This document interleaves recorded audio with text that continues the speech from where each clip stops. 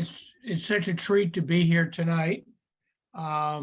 It's my pleasure to get to introduce Dr. Fung, and also wanted to welcome all of you for joining us. So Dr. Lawrence Fung is a scientist and a psychiatric specialized in autism, and the father of a teenager on the autism spectrum.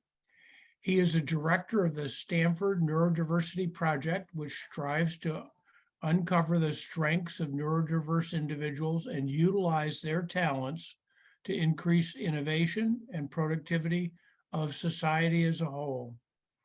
He directs the Neurodiverse Student Support Program, Neurodiversity at Work Program, and Adult Neurodevelopment Clinic at Stanford. Dr. Fung is an assistant professor in the Department of Psychiatry and Behavioral Sciences at Stanford. His lab advances the understanding of neural bases of human socio-communicative and cognitive functions by using novel neuroimaging and technologies. His team devises and implements novel interventions to improve the lives of neurodiverse individuals by maximizing their potential and productivity. He is currently conducting a study to demonstrate that specialized employment programs, such as the Neurodiversity at Work program, will result in higher retention rates and quality of life. Thank you, Dana, for the kind introduction and invitation here. It's a pleasure to be with you. Well, and thank you for being here. A little bit on the format. We'll start off with question and answer, and once we've finished, we'll open it up to take the questions that you've submitted in the chat. Well, to begin with, Lawrence, neurodiversity, it's a lot to say. What does it mean? And tell us about the Neurodiversity Project at Stanford. Thank you for the question. So neurodiversity, as you can look at the word as two parts. So we all know about diversity, and we also know neuro means the brain. So basically, like other diversity that you all know of, like gender diversity or racial and ethnic diversity, it is really about thinking that diverse population with people with different backgrounds will have different perspectives, and this will enhance the organization and the society because of the different kinds of perspectives that people can contribute. And when you add to the brain piece on the diversity, it's only even more, because all of our ideas come from our brain. So basically, neurodiversity is how we regard that the differences in our brain, the brain functions, and our behavior, and recognizing that as part of normal variation of our human population.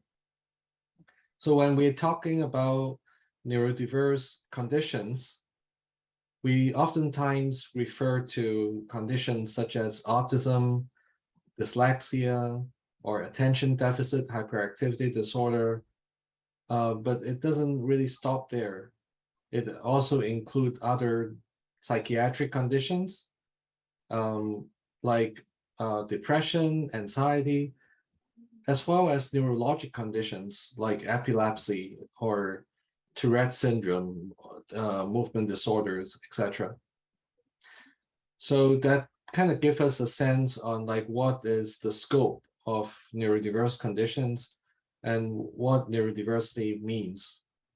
And a lot of the time when we are thinking about neurodiversity, we're really trying to bring out the concept of the strength-based model.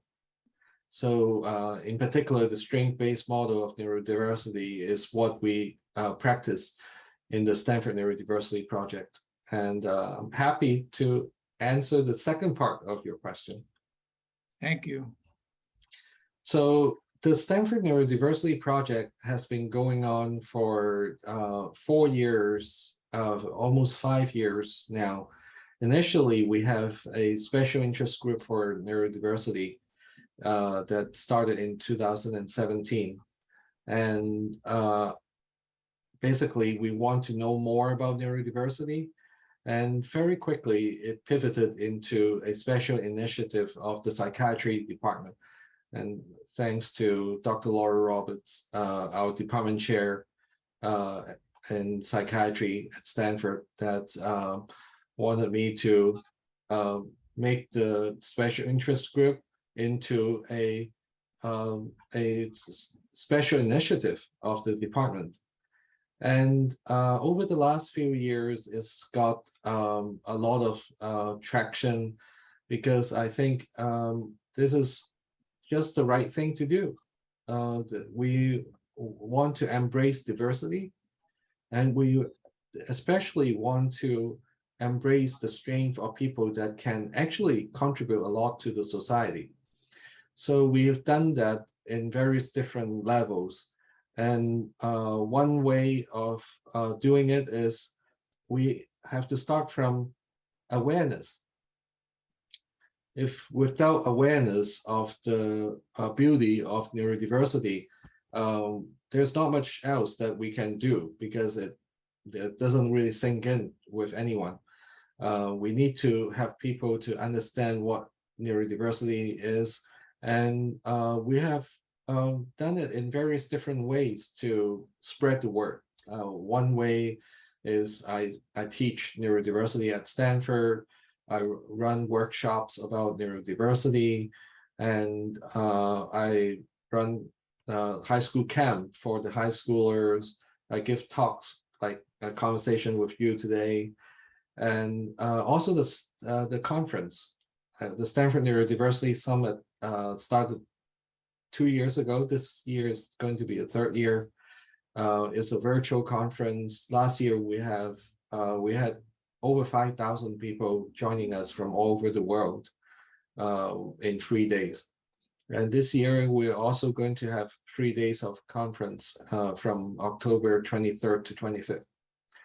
So in addition to getting people together to learn about neurodiversity, we actually start doing practical service in terms of supporting our own students at Stanford who are neurodiverse, and with a specialized program, a mentoring program.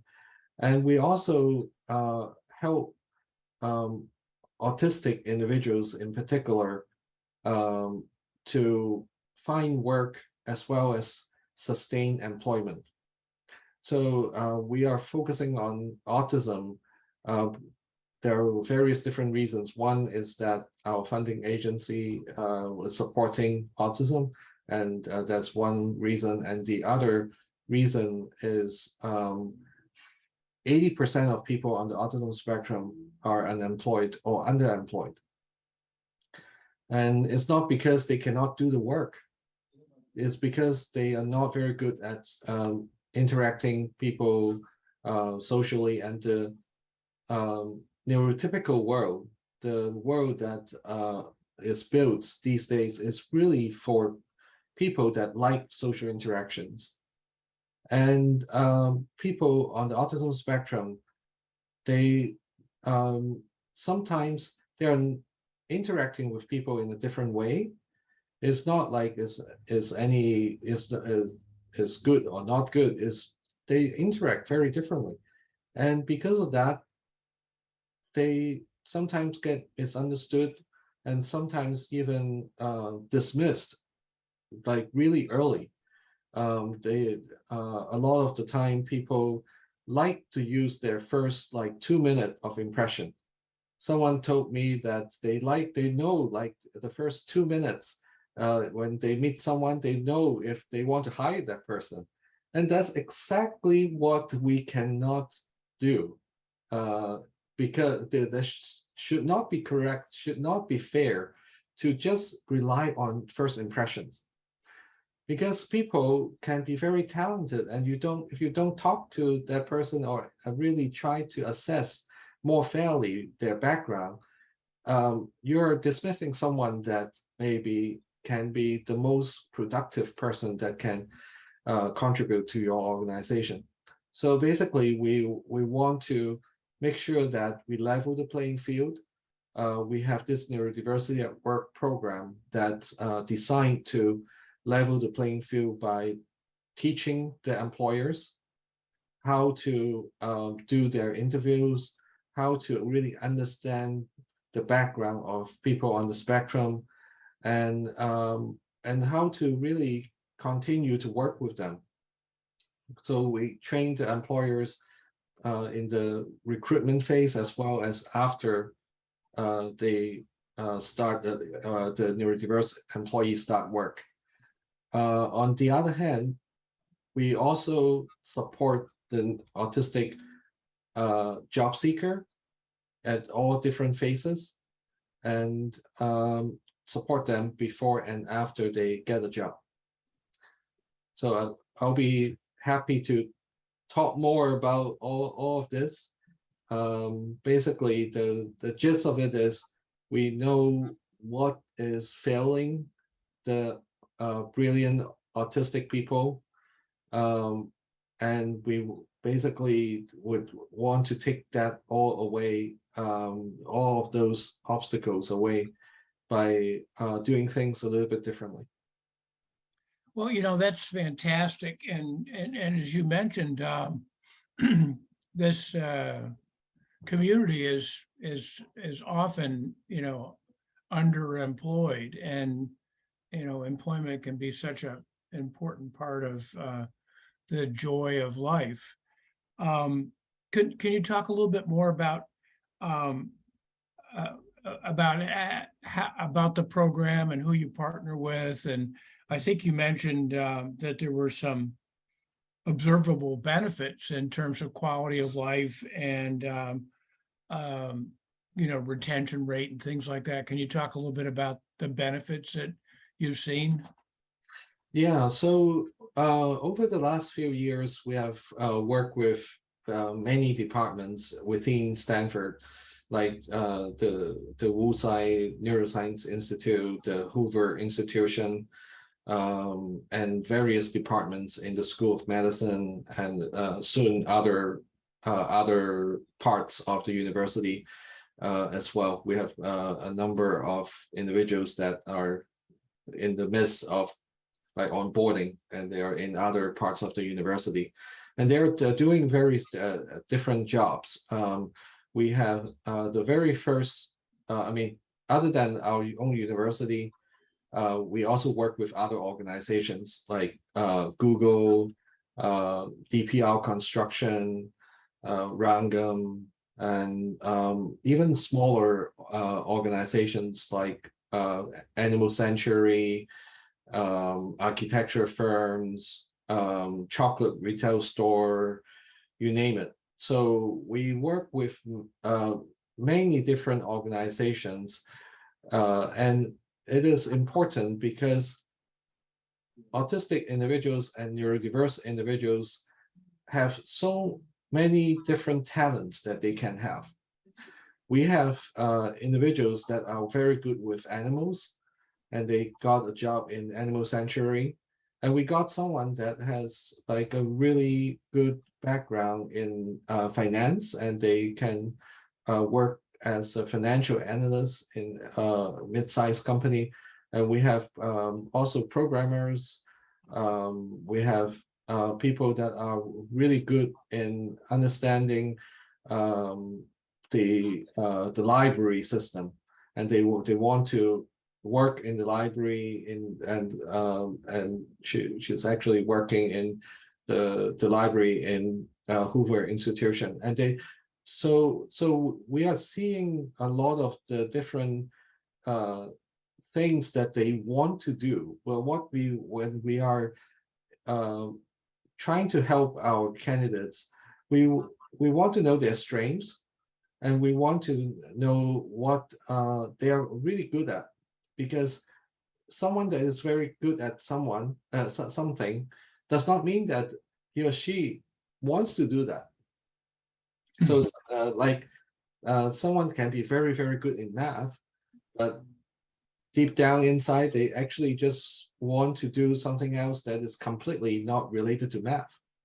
So basically, we take that into account, and we try to get people to get to the places that they want to be. And a lot of the time, because of that, that desire of wanting to be in there, that can get them to do really, really good work.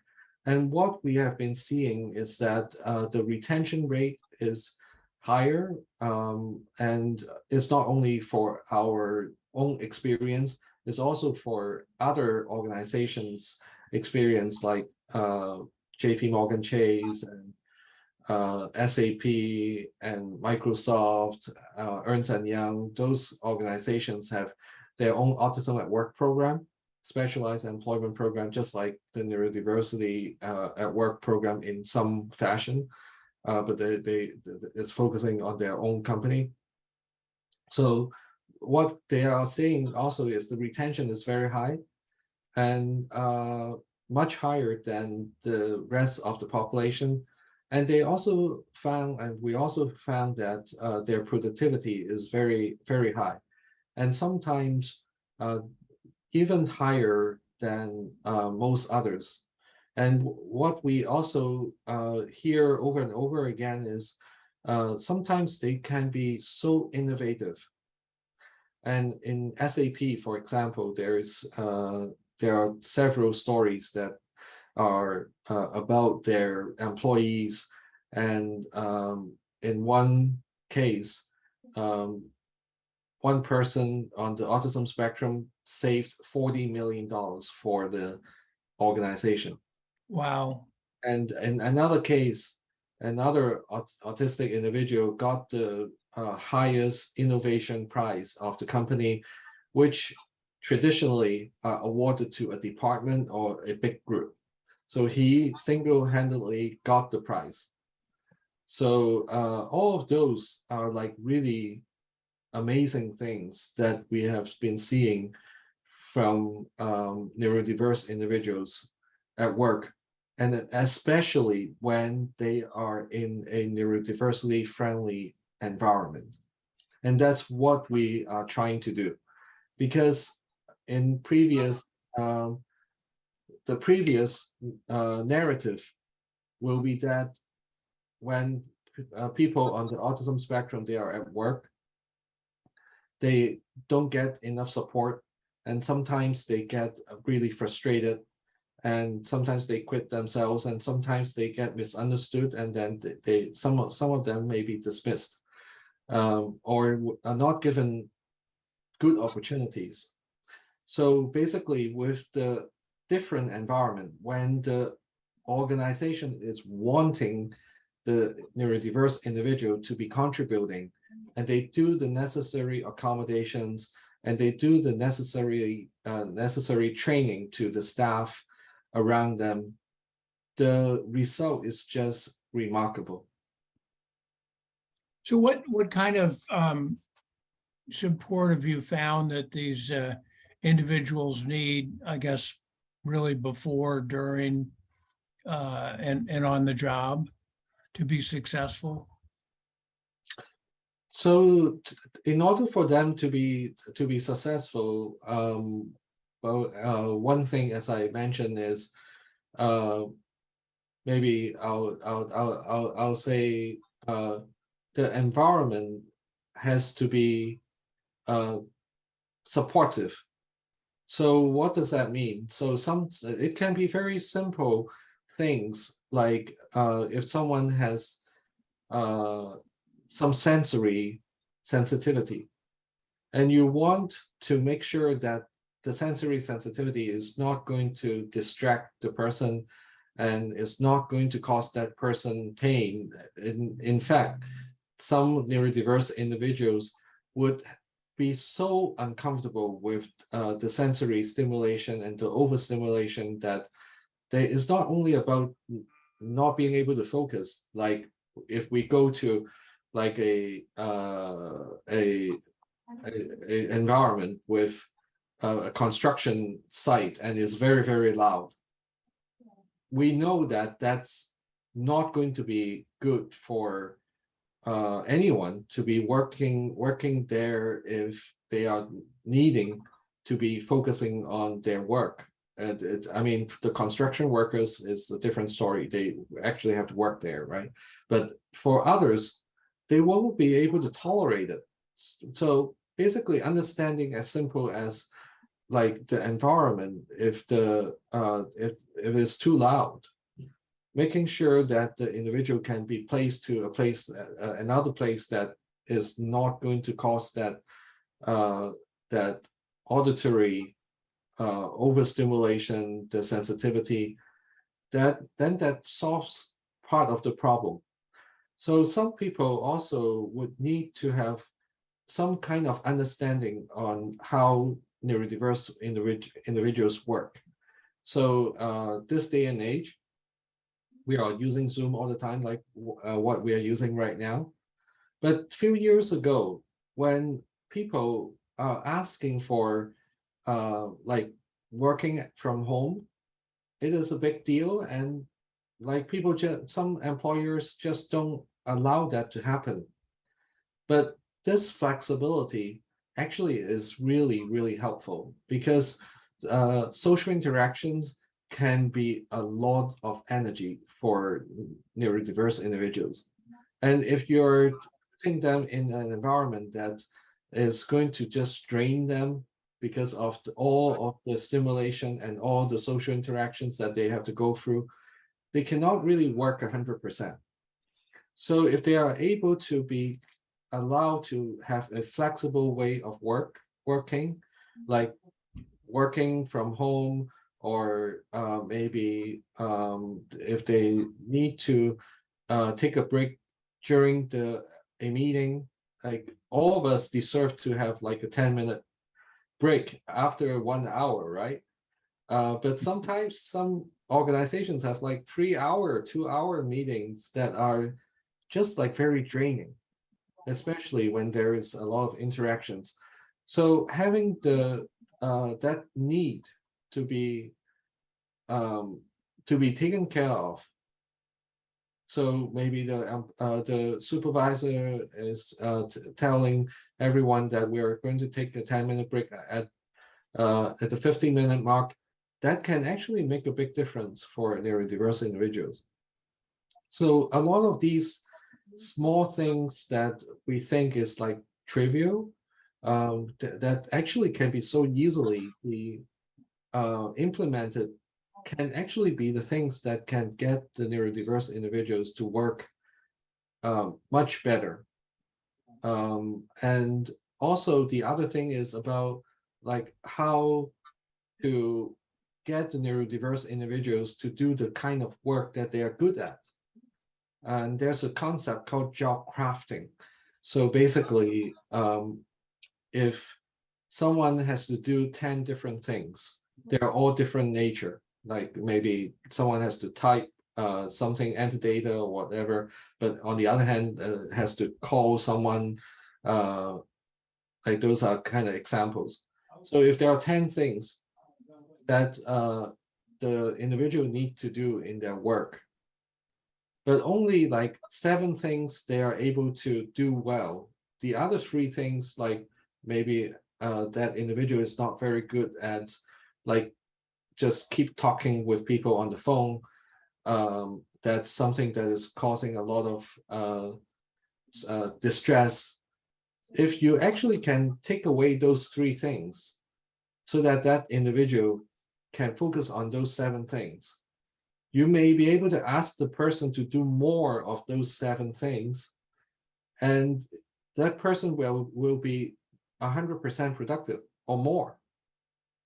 But if you ask the person to do all the 7 things that they are good at, and the three things that they don't want to do because it's just too much for them, you may end up getting them to have only 30% productivity, because those three things is just making them suffer quite a bit. So by understanding how to give the individual the right kind of tasks is also one thing that sometimes we are trying to get employers to think about. Well, I was just sitting here thinking to myself that you've learned a number of lessons of things that are very useful to employers to consider for not just their neurodiverse jobs, but for all of their jobs, right? And yeah, how is I mean, how do you pass those lessons on? Yeah, so well, the way that we are trying to help employers and the neurodiverse individual is to like for neurodiverse individual, we try to help them to sustain their self-efficacy. That's really important. And because we are not going to be there side by side with them like for a long time. We actually only support them for a discrete period for 3 months. And then they will have to work with their employer to continue to sustain the work.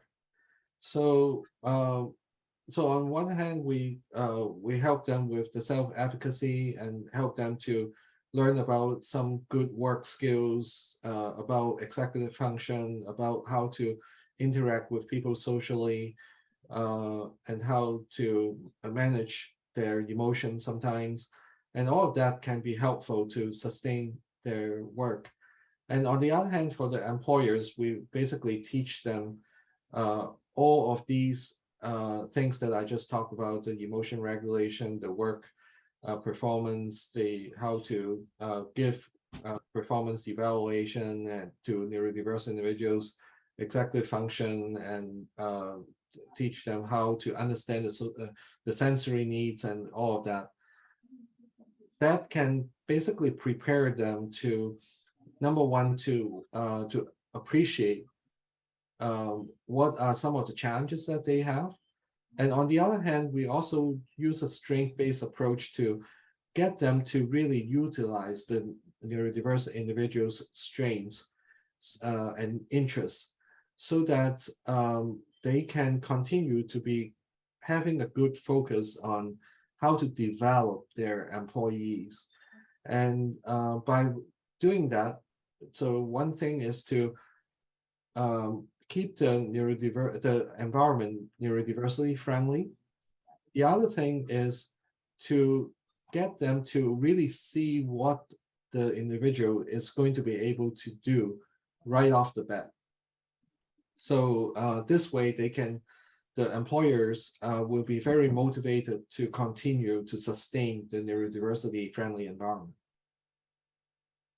Well, that's fantastic. Understand you have this 3-day conference coming up. You know, tell me a little bit about, what's going on for those 3 days, and I'm kind of interested in attending myself, but it's I'm not sure what exactly is on the docket. Yeah, so in those 3 days, we are going to basically this year's theme is what can you contribute to the neurodiverse community? And we think about like advocacy, education, the service, as well as the community. So we want to make everyone to think about how they can contribute in different ways.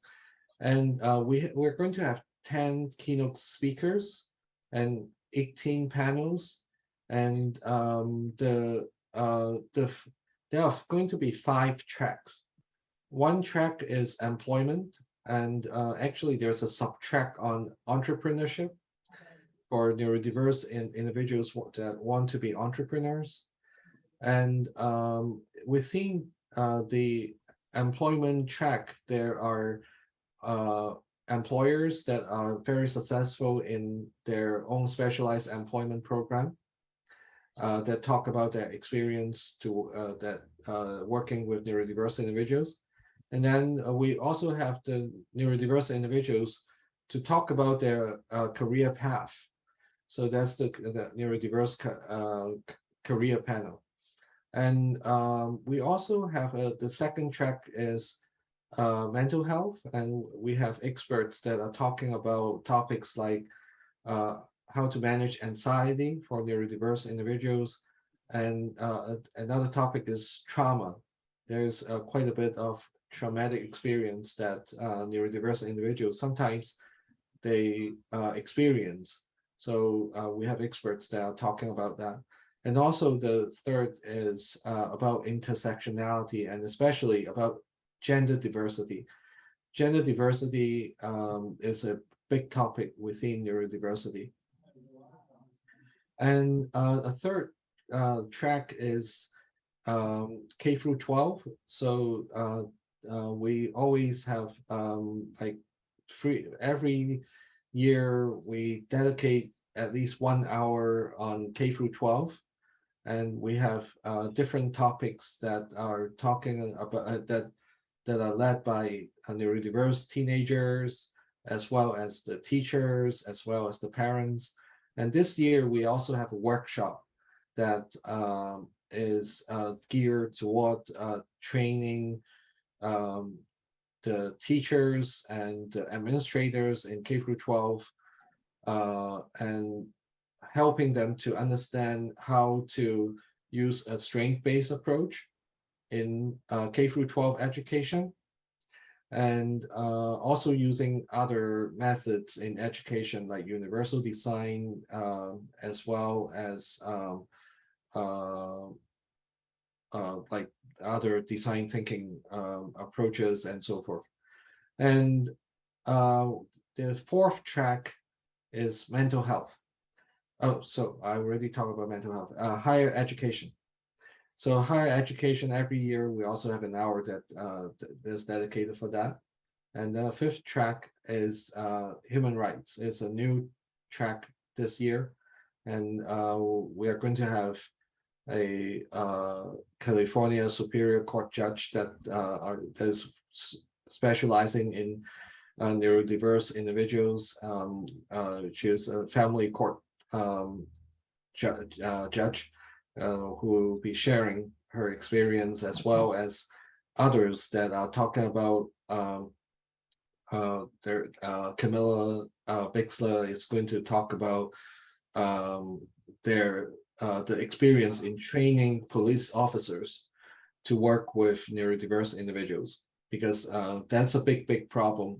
Sometimes police officers do not know about how they are kind of not taught about how to detect that the individual is neurodiverse, and because of that, the neurodiverse individual get much communication, and they suffer from that tremendously. So we have a session talking about that as well, and many other really excellent topics. The keynote speakers, we have a prominent non-speaking individual called DJ or Dij. He graduated from Oberlin College, and he's going to be talking about his advocacy work. And we have also an autistic film producer. Maybe some of the films that we have seen, he has directed. His name is Scott Steindorf. And we also have an autistic doctor, a anesthesiologist who has been very effective in leading efforts in understanding how autistic doctors work. And she promoted a lot of activities in Europe and created an organization called Autistic Doctors International, and Wow. many others. So you're going to find something interesting for you Yeah, to. it sounds like there's a little bit of something for everyone. And it's virtual, right? So you can um, shop around pretty easily. Yeah, you can definitely find something that you would want to hear about. Well, why don't we We wrap up this section and we'll transition it back to Adia to take some questions from the field.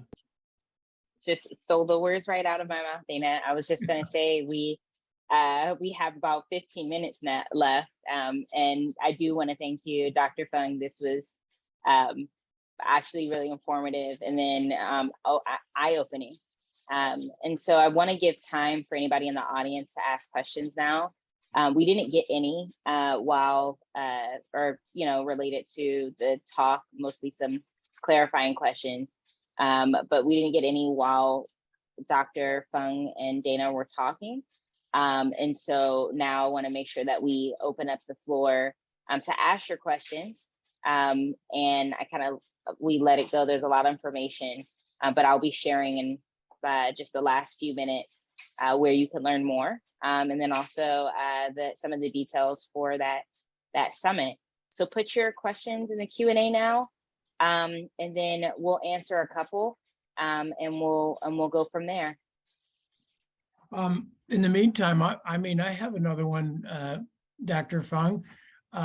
Is there anything that, we didn't ask about that we should have asked about? Well, that's a good question. Before you get too far down in answering it, there is one that came in. I'm going to ask to reiterate it. So the person says, "Thank you, Dr. Fung. I work for a small company and neurotypical. How would our company build out a neurodiverse program for to support inclusivity?" Well, send me an email and then I'll put you on the right path. We talk with organizations all the time on how we can help them to build neurodiversity at work program. And one prime example is Google. We have trained hundreds of managers over there and have started hiring people, getting people hired at Google and many other companies as well. So happy to chat with you. Great. And then we have we'll have that information in the chat as well as at the end of this particular talk to share. But we have a question now coming in from Claudia Shaw. And it just says, I heard you mention a track in the summit that has some coverage on trauma. Please clarify.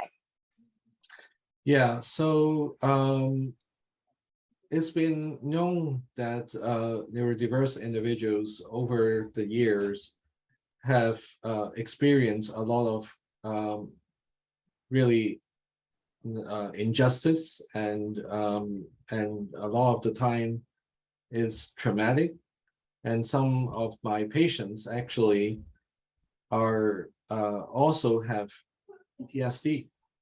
So true PTSD, true post-traumatic stress disorder that really make their life miserable.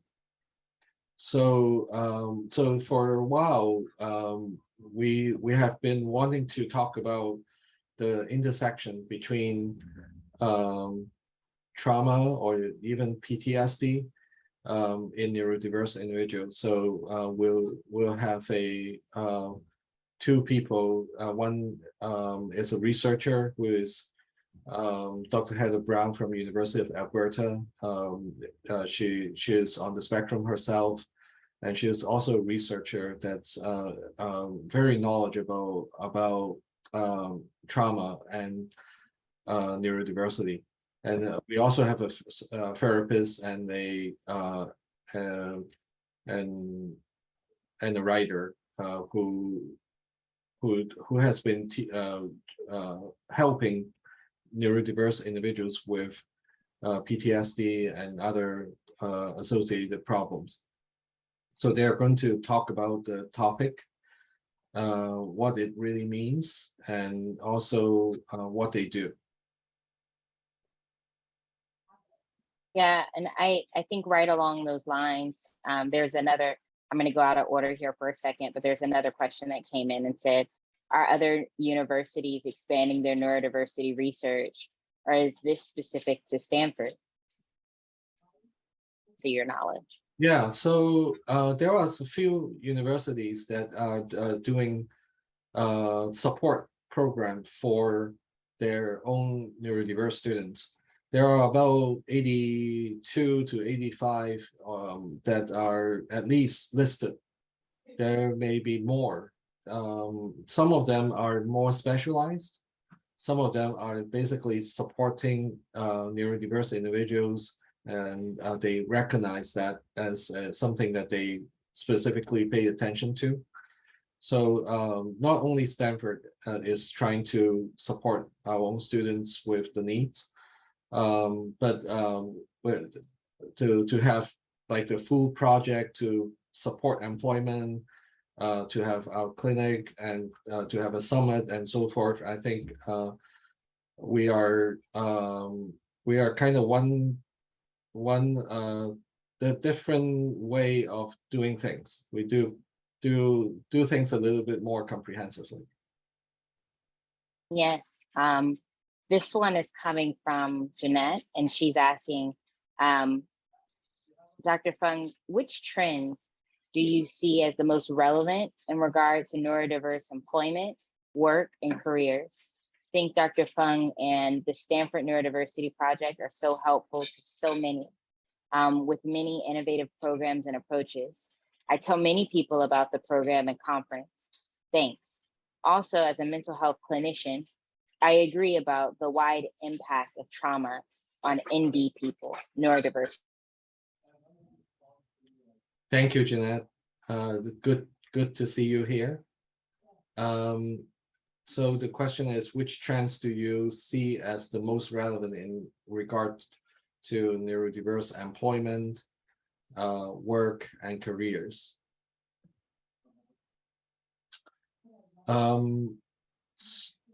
So the trend, I think you may be referring to something that's different.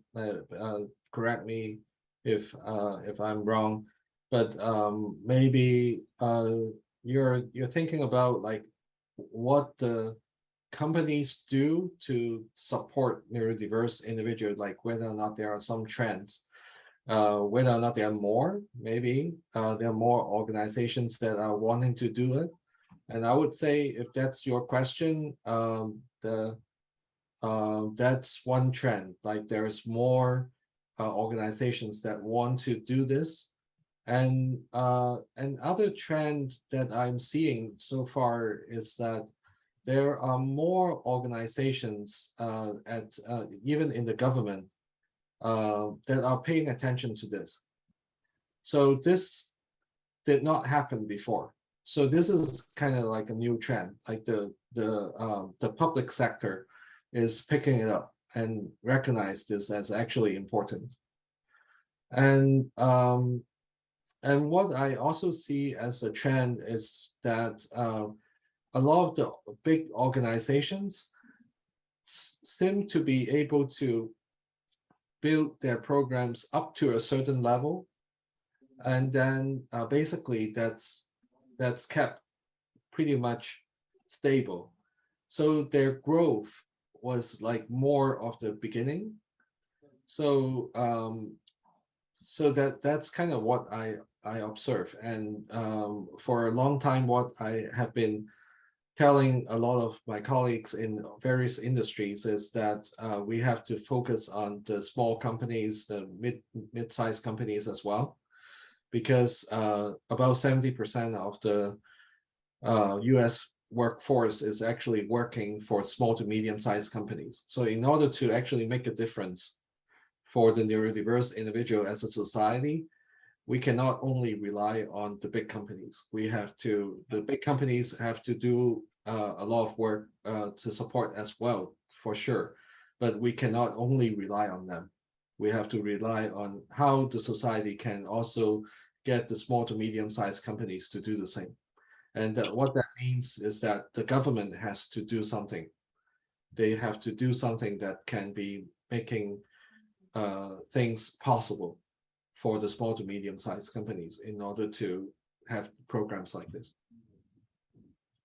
Dr. Fung, I want to thank you so much for your time here. There's quite a few questions that have come in, and we don't have too much time to answer all of them. I want to answer maybe one more, but I think what I'll do right now is I'll have some of our staff put your information in the chat, and then I'll also share that information again in just a few minutes after this next question.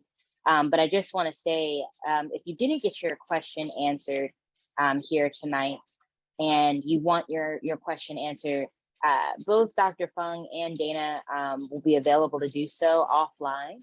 And we're taking note of all of these questions, and in any capacity in which LSA can point to the resource or answer it from our perspective, we will.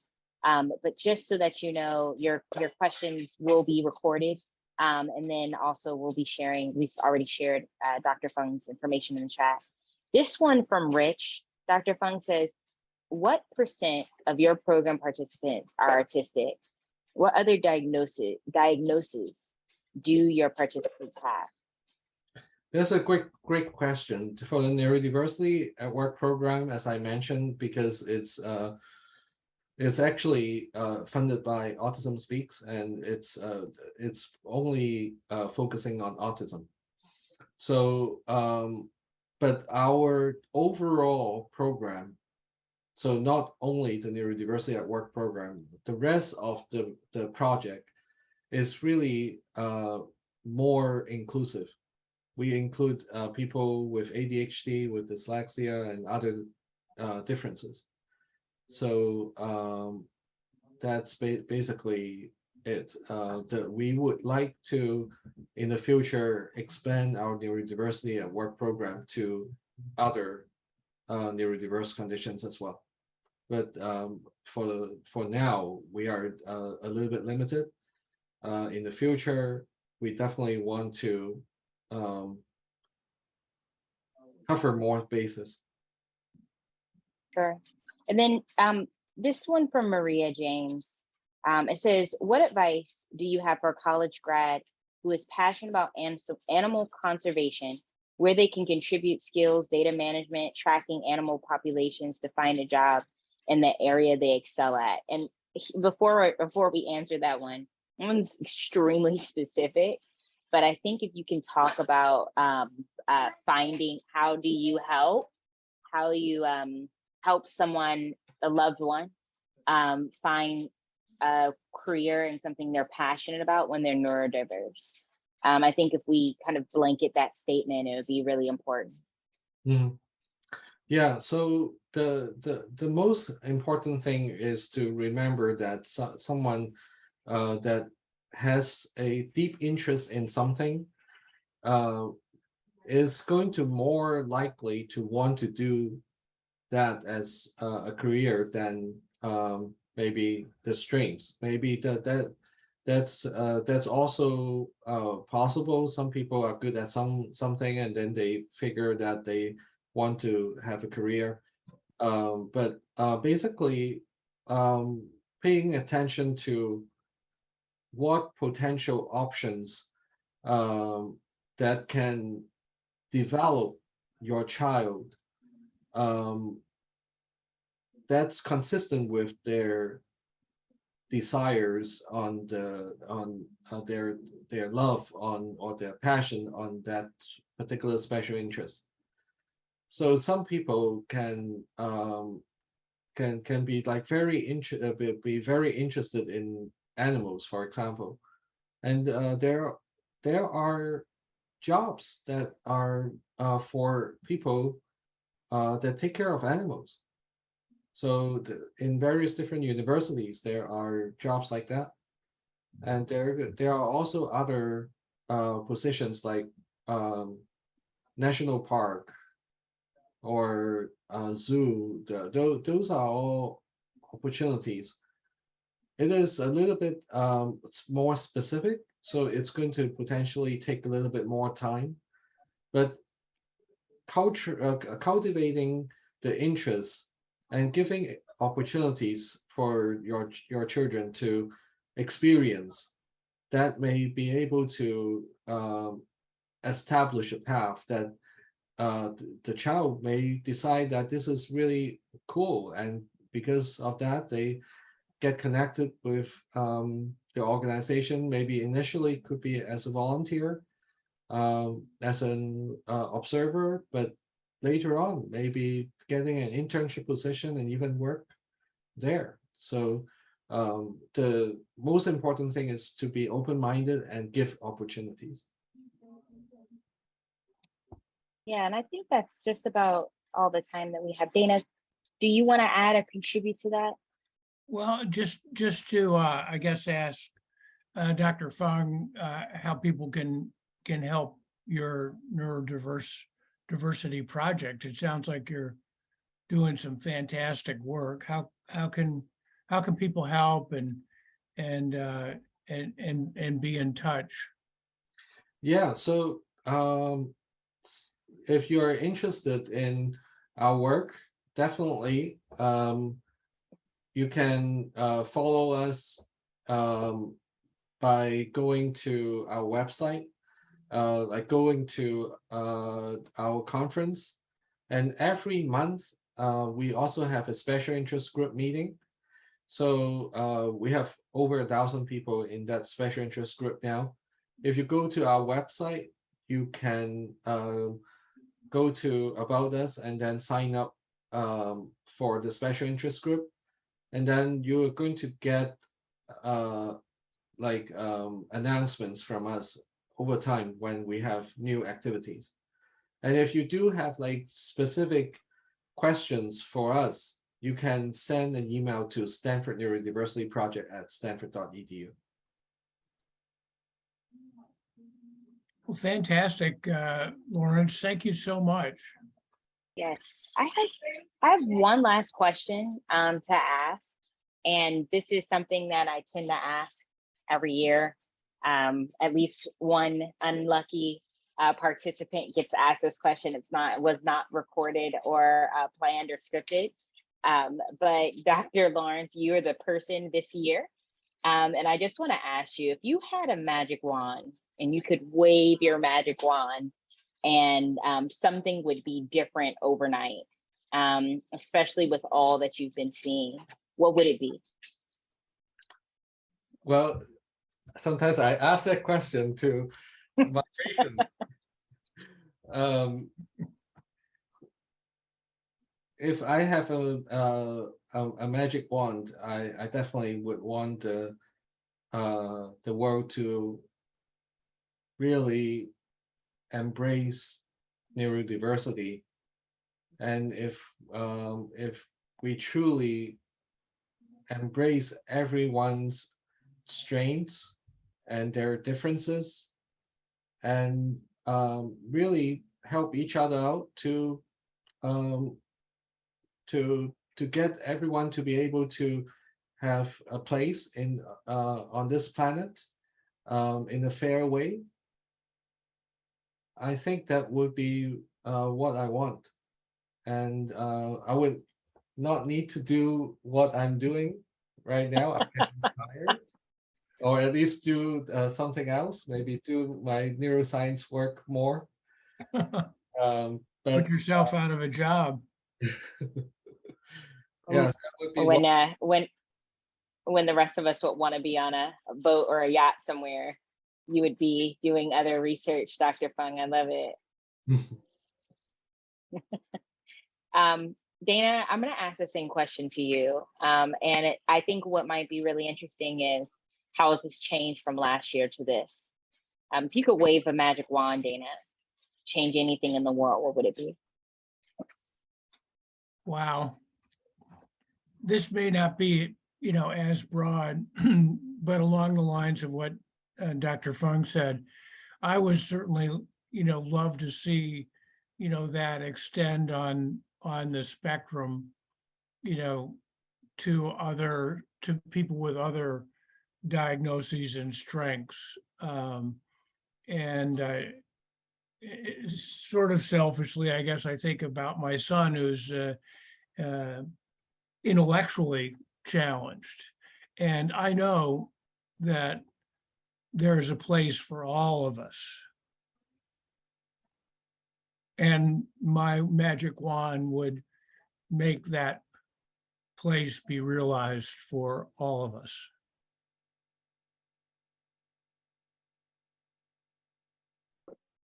Well said, Dana. Dr. Fung, Dana, it's been a pleasure having you tonight. And I've really enjoyed the conversation. That's it for this year's IDD Topics and Trends. And what a way to end it. Yeah, well, Thank you so for that. much. Thank you so much. Absolutely. Yeah, Absolutely. yeah. Yes. Again, we have one last announcement before we let you go for the evening. Our website is here for anyone who's interested, but then we're also going to be doing a run. We're going to be doing a 5K, 10K run walk September 18th. You're all invited. Please register before you show up, but it's going to be at Minnesota Lake. And we're really excited about this. It's a good cause fundraiser. You get some good cardiovascular exercise, and also we'll have a lot of the people from our homes joining us and their families. And I'm really excited about this. This is the first year that we're going to do it in person. Please do visit. That's that bit.ly link down there, and it's 2022 Run Home. LSA's Run Home will be happening on September 18th, 2022 at 9 a.m. in Vasota Park. And we're looking forward to seeing you all there at our next event. Thank you again for joining us tonight. Thank you, Dr. Fung. Thank you, Dana. And we'll see you, I guess, very, very soon. Have a good night. Have a good night, everybody. Good night. Thank you. Thank you, Dr. Fung. Thank Thanks, you. Dana. Bye-bye. Night. Good night.